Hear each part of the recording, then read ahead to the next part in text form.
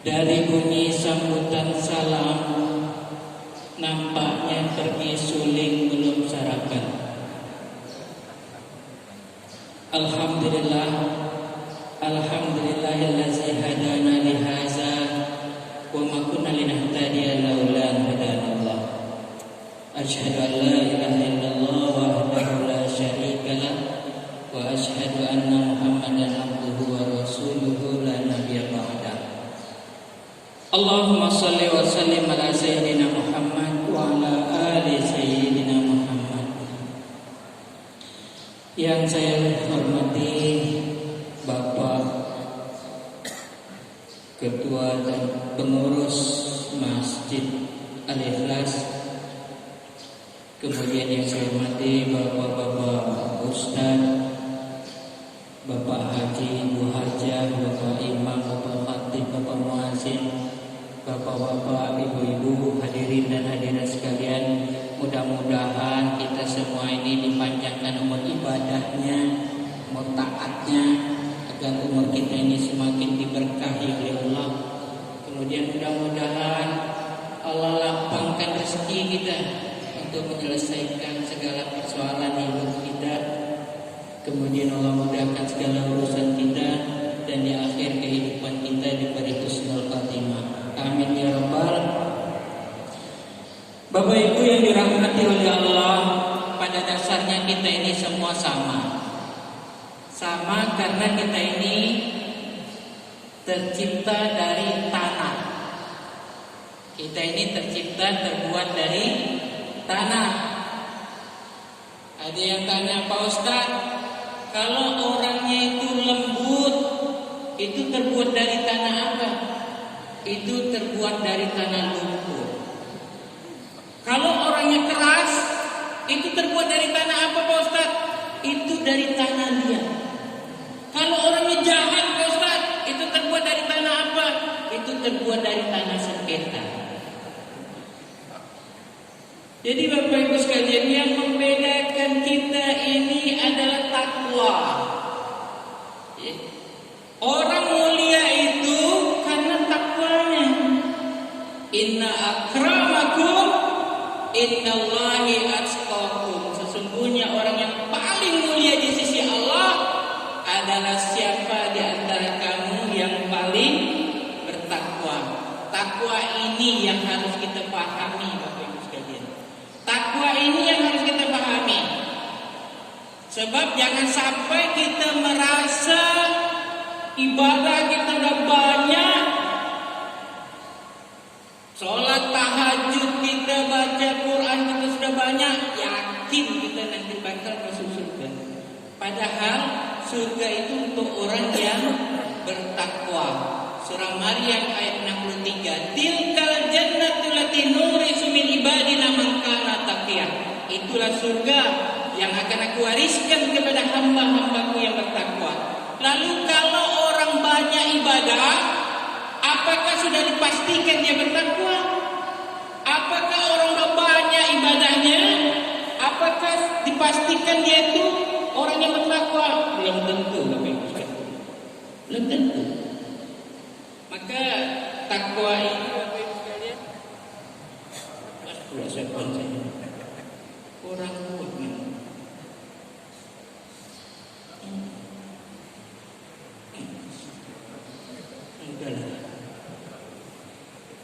Jadi Bapak Ibu sekalian, apakah kalau kita banyak ibadah itu udah pasti bertakwa? Belum tentu. Takwa itu aturan, Bapak Ibu sekalian, aturan mainnya. Saya pernah jelaskan, takwa itu kan bahasa Arab, berasal dari kata waqa yakin wikoya. Artinya apa? Artinya adalah memelihara. Apa yang dipelihara? Yang dipelihara hubungan terhadap Allah, hubungan terhadap manusia. Orang bagus hubungan terhadap Allah, ya, tahajudnya banyak, baca Qurannya banyak, tapi dengan manusia rusak. Itu tidak tergolong orang yang bertakwa. Nabi contohkan tuh, sebentar lagi akan datang ahli surga, kata Nabi. Bentar lagi akan datang ahli surga. Sahabat menunggu, kan? Muncul seorang pemuda Ansar, wajahnya basah dengan wudu. 3 hari Nabi sebut seperti itu. Sebentar lagi akan ada muncul seorang ahli surga, muncul pemuda yang sama, Abdullah bin Amr bin As ngecek ini amalan apa, ternyata dia cuma sholat 5 waktu saja. Tapi apa kata dia, setiap sebelum tidur aku selalu berdoa, ya Allah,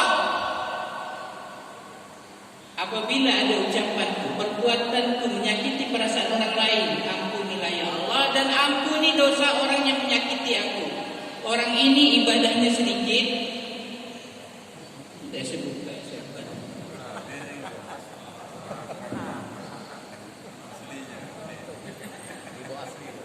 muncul berupa aslinya, menampakkan menakutkan. Jadi Bapak Ibu sekalian, sampai di mana tadi? Nah, Nabi sebut ahli surga, tapi amalnya cuma sholat 5 waktu saja. Dikatakan sholat rawatib pun tak ada dikerjakan. Tapi hubungan dengan manusia bagus. Nah, bandingkan yang hadis dan hadis yang lain. Seorang sahabat mengadu, ya Rasulullah, ada seorang perempuan pada siang hari dia berpuasa, pada malam hari dipenuhi dengan ibadah sunnah, tapi lidahnya suka menyakiti perasaan orang lain. Kata Rasulullah, perempuan itu di dalam neraka. Jadi Bapak Ibu sekalian, belum jaminan untuk banyaknya orang beribadah, apakah dia otomatis bertakwa? Belum tentu. Bapak Ibu sekalian, ada seorang perempuan yang saya kenal, tapi bukan di sini, di Pontianak. Ya, yang kita tak boleh sebut nama. Dia itu Bapak Ibu sekalian rajin sholat tahajud, baca Quran rajin, tapi kalau dia ngomong ketus, sakit telinga kita dengar. Ya. Sampai abangnya bilang, ya Allah, aku kok ketemu dia itu kalau penting je, kalau enggak Padahal rajin tahajud, rajin baca Quran, tapi mulutnya diketus benar. Kalau datang, kenapa kau sini? Nak minjam duit kali ini? Coba Bapak sekalian. Jadi kita ni jangan kita anggap perkara, ada seorang perkara yang nampaknya kita berbuat kasar dengan orang, itu makanya kita tidak tergolong orang yang bertakwa. Biar banyak ibadah kita, tapi hubungan terhadap sesama manusia rosak. Ada seorang syekh, memang takwanya luar biasa. Dia itu orang Malaysia, ketemu orang Barat, biasa kan sekali-sekali berbahasa Inggris. Dia salah menyebut, ditanya umur, dia salah sebut. Ya. Umurnya 54, dibilangnya 45, salah sebut bahasa Inggris. Setelah dia orang itu pergi, orang Barat itu, jadi muridnya bilang, umur saya berapa? Umur saya 54. Tapi saya tadi bilang 45. Oh iya kok, itu dicari orang Barat itu sampai dapat. Hanya karena itu gitu lah. Dicari, dia minta maaf, salah sebut nama tadi, salah sebut umur. Bayangkan Bapak Ibu sekalian. Ya. Nah jadi kita jangan sampai persepsi kita ini salah. Asal banyak ibadah selamat. Ibadah makin banyak makin bagus, tapi ibadahnya orang yang bertakwa. Sebagaimana Allah berfirman di dalam surah Al-Maidah ayat 27, "Innama yatakabbalullahu minal muttaqin." Sesungguhnya Allah hanya menerima ibadahnya orang yang bertakwa. Allah terima ibadah orang bertakwa, biar sedikit. Tapi biar banyak, tapi bukan ibadahnya orang yang bertakwa, maka Allah tidak akan terima. Sampai yang paling berat itu memutuskan tali silaturahmi. Apa kata Rasulullah? Barang siapa yang memutuskan tali silaturahmi, berarti dia memutuskan hubungan dengan Allah. Tidak mencium bau surga, padahal surga tercium sejauh 500 tahun perjalanan. Orang yang memutuskan tali silaturahmi, orang yang memutuskan tali silaturahmi dijauhkan dari surga sejauh 3 parit, satu parit sejarah bumi dan langit. Tidak masuk surga orang yang memutuskan tali silaturahmi. Tidak masuk surga orang yang memutuskan tali silaturahmi, kata Nabi. Sekalipun dia mati di dalam Ka'bah, mati di dalam masjid ibadah husnul khatimah, apalagi mati di dalam Ka'bah. Nah, jadi Bapak Ibu sekalian, bayangkan hubungan terhadap sesama manusia ini jangan dianggap enteng. Biar kau ibadahnya banyak, tidak diterima oleh Allah, karena Allah hanya menerima ibadahnya orang yang bertakwa. Karena Allah hanya terima ibadah orang bertakwa. Jadi harus paham kita ini dengan konsep takwa, ya kan? Harus paham. Kalau tidak, kita merasa ibadat banyak, sekali di akhirat tak satu pun diterima oleh Allah. Rupanya hubungan terhadap sesama manusia rusak. Mulutnya jahat, tajam kalau ngomong, pedas kalau dia ngomong. Jadi Bapak Ibu sekalian, akhlak ini, maka Nabi katakan, innama bu'istu liutamima makarimal akhlak. Tujuan utama aku ini diutus ke dunia ini untuk menyempurnakan akhlak, baik akhlak terhadap Allah maupun akhlak terhadap sesama manusia. Orang yang paling dekat tempat duduk di akhirat nanti, kata Nabi, adalah orang yang paling bagus akhlaknya. Jadi Bapak Ibu sekalian, jangan tertipu. Banyak kita tengok orang, ya, hajinya berkali-kali umpamanya, ibadahnya banyak, ya, tapi dengan manusia ini sombongnya minta ampun. Luar biasa kalau dengan manusia ini apa hubungannya, kurang begitu bagus, tidak nyaman kalau berada di dekatnya, ya. Jadi Bapak Ibu sekalian, inilah yang harus kita pahami, ya kan? Maka ketika kita membeli sesuatu, menawar, misal kita beli sesuatu, beli buah, berapa nih Pak harga buah ini? Sekian. Wah, mahal enggak? Itu tak boleh kita keluarkan kata-kata kayak gitu, kan? Apalagi itu di sana ya harganya itu, tak boleh. Kalau kita mau tawar-tawar, ya kan? Tidak boleh mengeluarkan kata-kata yang ada orang beli jeruk. Pak, ini jeruk manis kan? Manis Pak. Oke, beli sekilo aja. Dah. Dia bawa pulang. Sekali di rumah dimakan masam jeruk. Sekali dimakan jeruk itu masam. Dia datang ke orang tuh. Kau bilang tadi jeruk itu manis. Ngapa aku rasa masam? Dia bilang, Bapak 1 kilo ya ada ngeluh. Aku tuh 5 keranjang tuh masam semua tuh. Jadi Bapak Ibu sekalian, jadi hati-hati terhadap sama manusia. Adat saya juga ya, saya juga atas nama ya ustaz-ustaz, sahabat-sahabat kita, Ustaz Lutfi, Ustaz Syahid, yang selalu istiqomah menyampaikannya. Ini Bapak Ibu sekalian, kita harus maklumi kalau ada salah kata, salah gurau, itu harus Bapak Ibu sekalian. Karena apa? Karena penceramah nih sama ngobrol biasa, kadang-kadang aduh, apa aku ngomong gitu ya, apa aku berguraunya begitu ya, biasa tuh Pak, terlepas.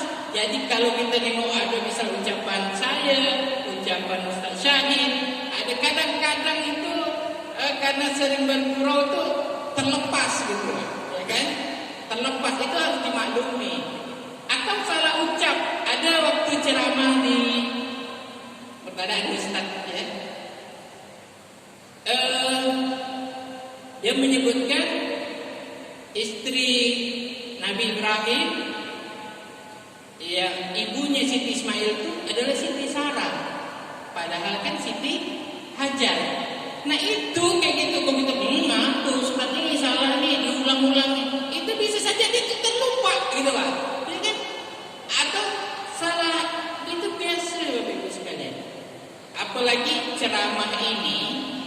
ceramahnya suling. Beda dengan ceramah maulid. Kalau maulid itu udah kita susun dah, ya kan? Udah kita susun dah. Kadang-kadang kalau ceramah ini nanti aku ngomong inilah, itu dia tak disusun. Ya, nanti aku mau bicara inilah. Ini aja saya sebenarnya nih, Bapak Ibu sekalian. Saya berharap dari ini sejailani tadi, ya kan? Nah, biasanya sejailani. Jadi makanya saya tidak terlalu siap. Jadi Bapak Ibu sekalian, jadi dimaklumi kalau sekiranya Ustadz kita ini termasuk saya ada salah ucap, salah gurau, ya kan? Salah bersenda gurau, itu dimaafkan. Kan? Karena kadang-kadang kita ini kata orang lidah tak bertulang. Kadang-kadang kita ini mudah salah mengucapkan itu, harus dimaklumi.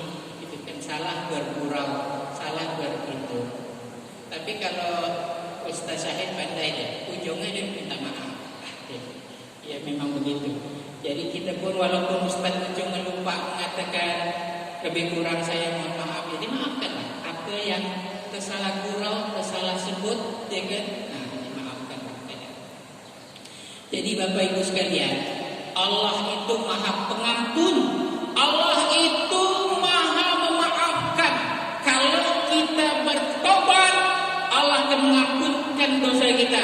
Allah akan memaafkan kesalahan kita. Tapi kalau ada sedikit saja di dalam hati kita tidak memaafkan kesalahan orang lain, bisa jadi hal yang kecil itulah yang menghalangi kita masuk ke dalam surga. Jadi kita maafkan aja orang salah pada kita, udah kita maafkan aja. Dan jangan sampai memutus. Ada sekarang ini kita masih ada memutuskan tali silaturahmi. Cepat selesaikan sebelum malaikat maut datang menjemput, Bapak Ibu sekalian, agar kita tidak bawa dosa memutuskan tali silaturahmi, sehingga hubungan kita bagus terhadap Allah, bagus hubungan kita terhadap sesama manusia, sehingga kita tergolong orang yang bertakwa. Barulah semua yang dijanjikan untuk orang yang bertakwa itu diberikan. Surah At-Talaq ayat 2 dan 3, wa may yattaqillaha yaj'al makhraja wa yarzuqhu min haitsu la yahtasib. Barang siapa yang bertakwa, Allah akan hilangkan kesulitan hidupnya, kesempitan hidupnya, wa yarzuqhu min haitsu la yahtasib, dan akan diberi rezeki dari jalan yang tidak dia sangka-sangka. Surah At-Talaq ayat 4, wa may yattaqillaha yaj'al min amri yusra. Barang siapa bertakwa, Allah akan mudahkan segala urusannya. Bapak Ibu sekalian, Allah itu kalau dia nolong kita bukan dia turun langsung, dia menolong kita melalui manusia. Hubungan kita terhadap manusia tak bagus, bagaimana kita akan ditolong? Nah makanya Allah mensyariatkan seperti itu, bahwa kita ini harus bertakwa. Maka semua Nabi memerintahkan umatnya agar bertakwa. Nabi dalam Al-Quran, dan surah Asy-Syu'ara ayat 106, 124, 142, 161, 177. Wa isqala lam aquhum nuhun ala tattaqun. Kepada kaumnya Nuh berkata, mengapa kamu tidak bertakwa? Wa isqala lam aquhum hudun ala tattaqun. Kepada kaumnya Hud berkata, mengapa kamu tidak bertakwa? Wa isqala lam aquhum Shalihun ala tattaqun. Kepada kaumnya Saleh berkata, mengapa kamu tidak bertakwa? Wa isqala lam aquhum Lutun ala tattaqun. Kepada kaumnya Lut berkata, mengapa kamu tidak bertakwa? Wa isqala akhuhum Syu'aibun ala tattaqun. Kepada kaumnya Syu'aib berkata, mengapa kamu tidak bertakwa? Dan Rasulullah sendiri pun memerintahkan kepada kita, ittaqillaha haitsu ma kunta, bertakwa kamu di mana saja kamu berada. Bayangkan, Allah juga dalam surah At-Takabur ayat 16, fattaqullaha mastata'tum, kata Allah, bertakwalah kau sekuat tenaga kamu, semaksimal mungkin. Wa tazawwadu, kata Allah, berbekallah, fa inna khairaz zadi taqwa. Sebaik-baik bekal yang terbaik adalah takwa di dunia maupun di akhirat. Kalau kita takwa, aman, di mana-mana nyaman. Tapi kalau tidak bertakwa, biar banyak ibadah kita. Nah, jadi Bapak Ibu sekalian, itulah yang dapat saya sampaikan. Mudah-mudahan ini dapat dipahami kita semua. Yang sampai kita tertipu dengan amal kita merasa kita sudah banyak beribadah, ya kan? Ternyata amal kita tidak diterima oleh Allah karena ibadah kita itu, amal kita itu bukan ibadah amal orang yang bertakwa. Mudah-mudahan kita semua tergolong orang yang bertakwa. Lebih kurang saya mohon maaf. Wabillahi taufiq wal hidayah. Wassalamualaikum warahmatullahi wabarakatuh.